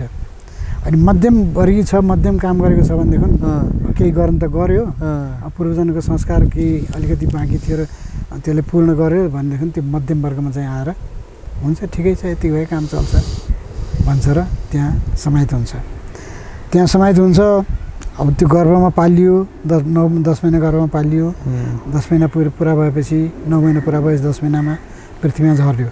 झर्ने बेलामा परमात्माले फेरि त्यति बेला चाहिँ के रोजाउँछन् भन्दाखेरि ए मूर्ख अघिल्लो बेला त यस्तो यस्तो गरेका थिइस्। पेटमा गर्भमा भएको के भन्छ शिशुले सबै कुरा क्याच गरिराखेको हुन्छ। तपाईँले जति बोल्नुहुन्छ, तपाईँले जे गर्नुहुन्छ, जसो गर्नुहुन्छ त्यो सबै कुराहरू चाहिँ उसले क्याच गरेर सुनिराखेको हुन्छ। उसले प्रत्युत्तर माताले चाहिँ आमाले चाहिँ त्यसकारण पुंसन संस्कार गराउँदाखेरि यो सबै कुरा बताइन्छ। के संस्कार? पुंसन संस्कार गराउँदाखेरि कति बेला गराइन्छ? गर्भमा आइसकेपछि 3 महिनाभित्र गराउनुपर्छ। नेपालमा यो गर्ने चलन छ? ओके। अनि त्यसपछि के हुन्छ त भन्दाखेरि मतलब नेपालमा त मतलब के भन्छ बेबी सावर गर्ने, पार्टी खाने, रक्सी खाने, त्यहाँभन्दा अर्थ छैन। उसले त्यही क्याच गरिराखेको हुन्छ। जन्मन्छ, जन्मेपछि त 10 वर्ष पार्टी चाहिन्छ, डेडी चेस भनेर चाहिँ गिलास लिएर अगाडि आउँछ नि। त्यो कारण के हो त? कारण त्यही हो, कारण त्यही हो। त्यसो गर्दाखेरि नमस्ते नमस्ते ल ल ल भयो कान्छो, नमस्ते कान्छो, नमस्ते। अनि त्यसपछि त्यो आत्मालाई चाहिँ राम्रो ठाउँ देखाइन्छ, उसलाई पच्दैन, मध्यम ठाउँ देखाइन्छ, पच्दैन, किनभने एकदम नकारात्मक काम गरेछ। अनि त्यसपछि त्यस्तै गर्भमा जान्छ। गर्भमा गइसकेपछि गर्भमा गएर पनि उसले चाहिँ सुन्ने मौका पाउँदैन। हजुर, उसले जाँड खाने, मोज गर्ने, पार्टी गर्ने, दुनियाँ गर्ने, त्यहाँभन्दा अर्थ सुनेको हुँदैन। नकारात्मक काम भन्दा उसले त्यो गर्भमा सधैँ सुन्नै पाउँदैन। अनि त्यसपछि धरतीमा जन्मन्छ। धरतीमा जन्मेपछि सानो बच्चा त कुकुरको पनि माया हुन्छ। बच्चा जब ठुलो भइसकेपछि त्यहाँबाट त्यसको स्वभाव त उयो हुन जान्छ। त्यसलाई सुधार गर्नको लागि पुंसनबाट लिएर हामीले सुधार गर्न सकिन्छ। पुंसनबाट लिएर पुंसनमा बताइएका नियमहरू आमा बाउले पालन गर्ने, घर परिवारले पुरै पालन गरिदिने। गर्भमा आमा के भन्छ, आमा गर्भमा बच्चाहरू पालिँदाखेरि त्यो आमालाई कस्तो व्यवहार गर्नुपर्छ, कस्तो बोली गर्नुपर्छ, कसरी उसलाई हँसाइरहनुपर्छ, के खानुपर्छ, के खानुहुन्न आदि कुराहरू चाहिँ के भन्छ त्यो पुंसन संस्कार गराउँदाखेरि सम्पूर्ण बताइन्छ। पुंसन संस्कार भने के त भन्दाखेरि त्यो मन्त्र पढेर पूजा मात्रै गराउने होइन। त्यसभित्र भएको फिलासफीहरू दर्शनलाई देखाइदिएर यसो यसो गर्दा यस्तो किसिमको बच्चा आउँछ है भनेर चाहिँ हामीले चाहिँ बताइदिने। घर परिवारले सबैले राखेर पारिवारिक गोष्ठी जस्तो पनि हुन्छ। त्यो पारिवारिक गोष्ठी बन्न सकिन्छ त्यसलाई, त्यो संस्कारलाई। हरेक संस्कारमा यी फिलासफीहरू जोडिएका हुन्छन्। त्यहाँबाट त्यो बच्चा जन्मन्छ। बच्चा जन्मिसकेपछि त्यो पेटमा त उसले सबै सुनिराखेको हुन्छ। जन्मिसकेपछि त्यहाँबाट चाहिँ त्यो जन्मने बेला एकछिन उसले चाहिँ म कहाँ जाने भनेर सोध्छ। त्यहाँ जा भनेर भगवान्ले यहाँ चाहिँ लात्ता ल्याउनुहुन्छ। यहाँ जुन निलो डाम हुन्छ नि त्यो त्यही हो। अनि त्यसपछि त्यहाँ भन्दा कहाँ सबै बिर्स्यो, सम्पूर्ण चिज बिर्स्यो। गर्भमा सुनेको कुराहरू त्यहाँ भन्दा कहाँ सिद्धियो, सबै बिर्स्यो। उसले बिर्सेपछि उसको चाहिँ के भन्छ, यदि सम्झ्यो भने त फेरि ऊ नै भइगयो। त्यस कारणले सम्पूर्ण चिज बिर्सेपछि पूर्वजन्मको तारहरूसँग फेरि जोडिएको हुन्छ। जोडिएपछि उसले त्यही किसिमको संस्कार बनाउँदै लिएर आउँछ। त्यस कारणले चाहिँ जस्तो बच्चाहरूलाई जे सिकाइयो त्यही गर्छन्। नमस्कार गर्नुपर्छ है भने उहाँबाट त्यहाँ यहाँदेखि आएर नजिकै आएर नमस्कार गरे। बिल्कुल बिल्कुल त्यो एउटा संस्कार एकदम। अब अहिले मैले के गर्छु भन्दाखेरि बच्चाहरूलाई म पूजा गर्न जान्छु। अब म कहिलेकाहीँ सकिनँ नि जा पूजा गर्न जा भने ठुल नातिनीलाई पठाउँछु। जान्छे दुइटै नातिनीहरूलाई लिएर म बसेर पूजा गर्छु, ध्यान गर्छु। कहिलेकाहीँ ध्यान गरेको बेला गएर पट्याउनु जान्छन्। बस भन्छु इसारा गरेर, अनि बस्छन्। ध्यान गर भन्छु, ध्यान गर्छन्। त्यो किन छाप त्यो पार्नु छ नि। अब पुंसन गराएँ, दुइटैको चावडै नातिनीहरूको पुंसन गराइदिएको छु। मुन्डन भइसकेको छ चावडै नातिनीको। अनि यसरी के भन्छ भन्दाखेरि त्यो संस्कार बन्दै गयो। घरमा एउटा संस्कारी व्यक्ति भयो भनेदेखि उसले चाहिँ के भन्छ पुरै परिवारले संस्कार बनाउँछ अनि त्यसले छिमेकीलाई पनि बनाउने प्रयास गर्छ छिमेकीले बनाउने प्रयास गर्छ तर छिमेकी होला नहोला त्यो त आफ्नो ठाउँमा छ त्यस कारणले अब त्यो संस्कार त्यसमा जोडिएको हुन्छ त्यो समन्वय हुन्छ अनि त्यो आत्मा चाहिँ धरतीमा पैदा हुन्छ पैदा भइसकेपछि पनि त्यसलाई सुधार्ने प्रयास गर्नुपर्छ सकेसम्म त एउटाले के गर्यो भन्दाखेरि छोरो जन्मे महान नालायक दुष्ट भने ज्योतिष कहाँ पुगेछ ज्योतिष कहाँ होइन कुनै ऋषि कहाँ पुग्यो तिम्रो छोरो कति वर्ष भयो भन्दा यति वर्ष भयो 15 वर्ष भयो तिमीले 15 वर्ष 9 महिना ढिलो गरेर आयो भनेर भनिदियो कि उसले 15 वर्ष 9 महिना ढिलो गरेर आयो मैले के गर्न सक्दिनँ फिर्ता पठाइदियो मतलब बच्चा जन्मिनुभन्दा अगाडि नै बच्चा गर्भमा आउँदाखेरि नै यो संस्कार सिकाउनु पर्ने थियो के ओहो गर्भमा आइसकेपछि भगवान उतार्ने हो या चाहिँ राक्षस ल्याउने हो त्यो चाहिँ आमा बाउको के भन्छ आत्मनिर्भर हुन्छ सन्तान मात्रै पैदा गरेर त केही पनि हुँदैन कुकुरले पनि बच्चा पाएको हुन्छ सानो समय कति लाड प्यारले खेलाउँछन् ठुलो वयस त्यही कुकुरले लात लाँदै हिँड्छ हजुरले हजुरका आफ्ना सन्तानहरू जन्माउने बेलामा यो विचार यो ज्ञान थिएन हजुरलाई थियो मेरो आफ्नो जन्माउने बेला थिएन सानो छोरो चाहिँ म यो ज्ञानमा केहीमा आइसकेपछि जन्मेको हो जन्मेपछि उसले मैले जे गर्दै गएँ मेरो पछि लाग्दै गयो यो संस्कार यसरी जोडिएको हुन्छ अब संस्कार विषयमा फेरि पछि कुनै बेला बोलाउँला धेरै लामो छ यसको पिरियड अनि खास गरी चाहिँ मोटामोटी रूपमा हामीले चाहिँ के भन्छ पहिला नै ख्याल गर्नुपर्ने कुरा के हुन्छ त भन्दाखेरि गर्भमा यदि कसैले हेर्नुभएको छ भने गर्भमा आइसकेपछि 3 महिना नपुग्दै भेट्नुहुन्छ भने उहाँले भगवान उतार्ने हो या राक्षस निकाल्ने हो त्यो कुरो चाहिँ गराउन सकिन्छ तर बताएको नियमलाई पालना गर्दिन्छ गर्भमा आएको 3 महिना भित्रै 3 महिना नपुग्दै आकृति भइसकेपछि प्राण पर्छ प्राण पसेपछि केही पनि लाग्दैन 3 महिनासम्म प्राण हुँदैन भने सुरुमा वीर्य प्रवेश गर्दाखेरि प्राण आएको हुँदैन 3 महिनामा बल्ल उसमा प्राण आउँछ मान्छे हुन्छ ऊ चाहिँ बल्ल आकृति हुन्छ छोरा हुने हो कि छोरी हुने हो कि त्यतिबेला डिसाइड भइसक्छ 3 महिनापछि त्यो डिसाइड नहुँदै नै उसलाई यो कुरा चाहिँ बताउन सक्यो उतार्ने हो त्यहाँ यो कुरा उतार्ने हो भने त्यसपछि त्यसले उसले चाहिँ जीवन त्यो 10 महिनासम्म त्यो विचारलाई उतार्नु पर्यो अनि 10 महिनाबाट धरतीमा आइसक्यो दुध खुवाउने बेलामा पनि कति कुराहरू चाहिँ सिक्नु पर्छ त्यो पुंसनमा पनि बताइन्छ दुध खुवाउँदा पनि बच्चालाई रिसिएर झिझिएर त्यस्तो बेला दुध खुवायो भने त्यो बच्चा रिसा हुन्छ किन दुधबाट सबै कुरा गइसक्यो व्यवहारिक कुराहरू छन् यसमा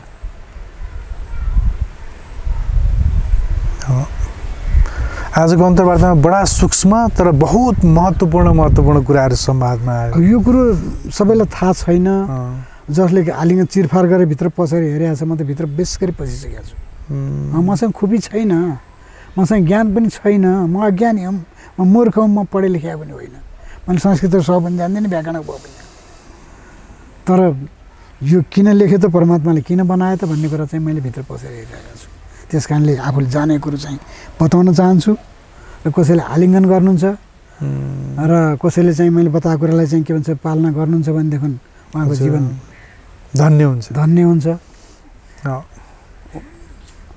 आलिङ्गन गर्नुहुन्न यो चाहिँ फटा हो यो चाहिँ बदमास हो भन्नुहुन्छ भने त्यो पनि ठिकै छ उहाँको आशीर्वाद हो बहुत आनन्द आयो बुवा हजुरसँग आज संवाद गरेर गुरु पूर्णिमाको दिनमा साह्रै संवेदनशील साह्रै सूक्ष्म साह्रै महत्त्वपूर्ण एकदम मिहिन मसिना तर साह्रै महत्त्वपूर्ण कुराहरूमा संवाद गर्न पाइयो आजको संवाद भनेको एकदम गहिरो साधकको लागि र एकदमै मिहिन साधकले बुझ्नुपर्ने कुराहरू चाहिँ आज आयो बडा रमाइलो लाग्यो बहुत मिठो महत्त्वपूर्ण पुगेका व्यक्तिहरूलाई मैले यो निवेदन गर्न चाहन्छु मैले गरेका कुरालाई चाहिँ लगभग यसलाई हजुर विश्लेषण गरेर चाहिँ भित्र पसेर हेरिदिनु होला मैले यो पनि भन्न चाहन्छु किनभने पक्कै हेर्नु भएको छ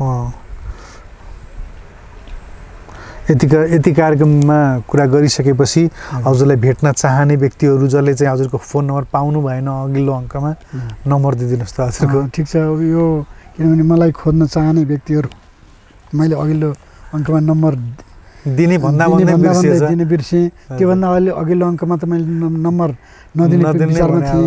नदिने विचारमा थिएँ किनभने तेस्रो अङ्कमा आउँदासम्म चाहिँ किनभने गोदान भन्ने नै यही हो के भन्छ गाईलाई ठङ्लङ्ग मारेर चाहिँ गाईले दान गरेर चाहिँ के पैसा दान गरेर चाहिँ गोदान हुँदैन। गोदान भन्ने नै यही हो। योभन्दा तेस्रो अङ्कमा चाहिँ मैले तेस्रो अघिल्लो अङ्कमा चाहिँ मैले नदिने जो भनेको थिएँ प्रष्टै भनेको थिएँ मैले थाम्न सक्दिनँ नदिनु भनेको थिएँ। दोस्रो अङ्कमा मैले दिने भन्दा भन्दै मैले चाहिँ म दिन सकिनँ बिर्सेछु भुलेछु। यसको लागि म क्षमार्थी छु र यहाँहरूले केही व्यक्तिले दुःख पनि पाउनुभयो म त्यो दुःखको लागि चाहिँ म आभारी छु र उहाँहरू अब चाहिँ म यदि उहाँहरूलाई सम्पर्क गर्ने इच्छा भयो भने मसँग चाहिँ के भन्छ केही जानकारी गर्ने इच्छा भयो भने र नेगेटिभबाट नआउनु होला पोजिटिभबाट चाहिँ के भन्छ आउनुहुन्छ भनेदेखि म हजुरहरूको लागि सहर्ष स्वीकार गर्छु र आफूले जाने कुरा बताउँछु र त्यसलाई आलिङ्गन गरिदिनु होला। र मेरो नम्बर हो 98 60 74 35 55 60 74 35 55 55 मेरो नम्बर यही हो। म मच्छे गाउँमा बस्छु। मच्छे गाउँ आउनुभयो भने अनि मच्छे गाउँ धेरै बाटोबाट आइन्छ मेरो घरमा आउनलाई। तपाईँ किर्तिपुर भएर पनि आउन सक्नुहुन्छ अनि किर्तिपुर भएर भत्कियापाटी हुँदै चम्पादेवी उत्रेर चाहिँ हिँडेर आउनु होला। मच्छनारायण मन्दिरभन्दा अलिकति अगाडि आउनु होला र यताबाट घुमेर आउनुभयो भने के भन्छ आफ्नो साधन छ भनेदेखि तपाईँ के भन्छ ढुङ्गे अड्डाबाट छिर्न सक्नुहुन्छ। ढुङ्गे अड्डाबाट सिधै उकालो लगाइसकेपछि मच्छे गाउँ भनेर आउनु होला। बस पार्कभन्दा केही अगाडि आइसकेपछि मलाई फोन गर्नु म लिन आउँछु। र यता सतुङ्गलबाट घुमेर आउनुहुन्छ भनेदेखि फुर्सलमा उतार्दै बाबु भनेर गाडीमा उत्रनु होला। आफ्नो साधन लिएर आउनुहुन्छ भनेदेखि के भन्छ सतुङ्गलबाट अगाडि आइसकेपछि बौथेल चोक हुन्छ। बौथेल चोकबाट अझै अगाडि पूर्वतिर आउनु होला। पूर्वतिर आइसकेपछि तलतिर बाटो मुनितिर फुर्सल छ। त्यो फुर्सलभन्दा मास्तिरपट्टि पियालो रङको घर पियालो रङको रातो फेट्टा भएको घर छ। त्यसमाथि 2टा टङ्की छ। त्यसमा त्यो पसलमा चाहिँ के भन्छ तल सटरमा पसल पनि छ। मेरो लोकेसन यही नै हो र म यहाँहरूको सेवाको लागि सधैँभरि नै हाजिर हुने छु।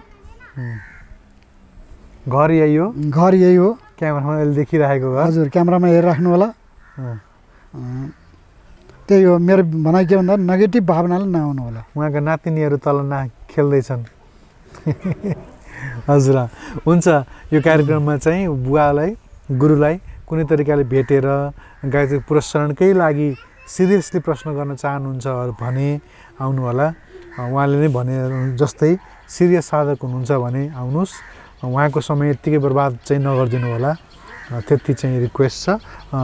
आउनुभन्दा फोन गरेर फोनमा चाहिँ डेट लिएर टाइम लिएर मात्रै आउनुभयो भने सजिलो हुन्छ हजुरलाई। त्यही हो। किनभने मलाई धेरै कामहरू परिरहेको हुन्छ। कहिले कतै बाहिर गएको हुन्छु। फोन गरेर आउनुभयो भने तपाईँलाई धोका चाहिँ हुँदैन। हजुर हुन्छ। त बुवा अरू केही बाँकी केही अन्तमा केही भन्न चाहनुहुन्छ? यो अङ्कमा आजको अङ्कमा पुरा गरौँ। हजुर मुख पनि सुक्यो। हजुर अनि छन् त धेरै छ। संस्कारको विषयमा गएकै छैन अनि के भन्छ खानपिनको विषयमा गएकै छैन अनि गौगङ्गा गीता गायत्री विषयमा त्यस विषयमा पनि गर्नुपर्ने छ। त्यस विषयमा बोल्नै छ। ठिक छ। क्रमशः हामी जाँदै धेरै विषयमा किनभने कुराहरू ल्याउने छौँ। ठिक छ। अभिलाषा त एकदम जागिराखेको छ। हजुर एकदमै जागिराखेको छ। हजुर अब हाम्रो तार नटुटोस् मेरो मुख्य अभिलाषा यही नै छ। अब भाइको लागि चाहिँ मैले पनि क्यामेरा बन्द गर्नु। ठिक छ ठिक छ। होइन क्यामेरा बन्द नगर्दैसम्म सम्बन्ध गरौँ। भाइको लागि अब मैले के गर्नुपर्छ त्यो म गर्छु। अब मलाई जहाँसम्म मेरो इच्छा अनुसारमा चाहिँ भाइलाई काठमाडौँवासी बनाउन सक्नु पाइए छिमेकी हुन्थ्यो। ठिक छ। अझै राम्रो हुन्थ्यो। अब जति वर्षसम्म शरीर रहन्छ त्यति वर्षसम्म समाजको सेवा गर्छु भनेर म पनि फिल्डमा उत्रेको मान्छे हो। अब मेरो त्यही छ। हेरौँ अब छिटो परमात्माको कृपाले गायत्री माताको कृपा होस्। हजुरको चाहिँ सधैँ उहाँले भाइले आज चाहिँ भन्नु मेरो केही उताको चिज यता ल्याएर चाहिँ व्यवस्थित गर्नुपर्ने छ भनेर भन्नुभएको छ। सायद म मातासँग प्रार्थना गर्छु। आजैबाट प्रार्थना प्रे गर्न सुरु गर्छु। आजैबाट यो भाइलाई चाहिँ के भन्छ काठमाडौँवासी बनाइदिनुहोस्। तपाईँको छोरो हो, मेरो भाइ हो, तपाईँको सन्तान हो।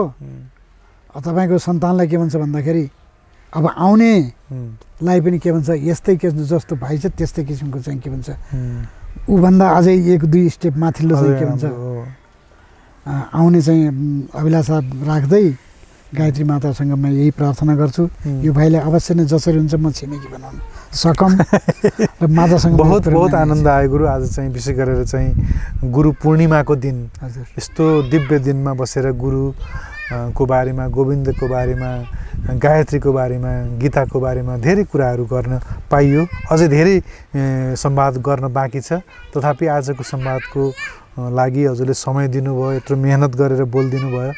हजुरको जीवनभरिको लगावबाट पाउनुभएको, तपस्याबाट पाउनुभएको कुरा हामीले पाउनु हाम्रो लागि पनि अहोभाग्यको कुरा हो। धेरै धेरै धन्यवाद।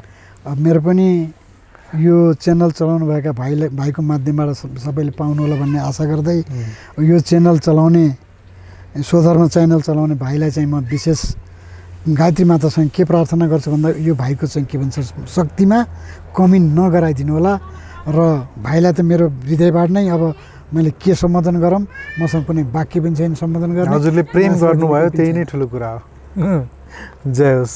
हुन्छ त हवस् त यो कार्यक्रम यतिन्जेल हेर्नुभयो, हजुरलाई पनि धन्यवाद दिन चाहन्छु र क्यामेरामा साथ दिने मेरो धर्मपत्नी बबीलाई पनि धन्यवाद दिँदै कार्यक्रमबाट बिदा हुन्छौँ। ओम नमः शिवाय। ओम गायत्री माता। जय गायत्री। जय गुरुदेव।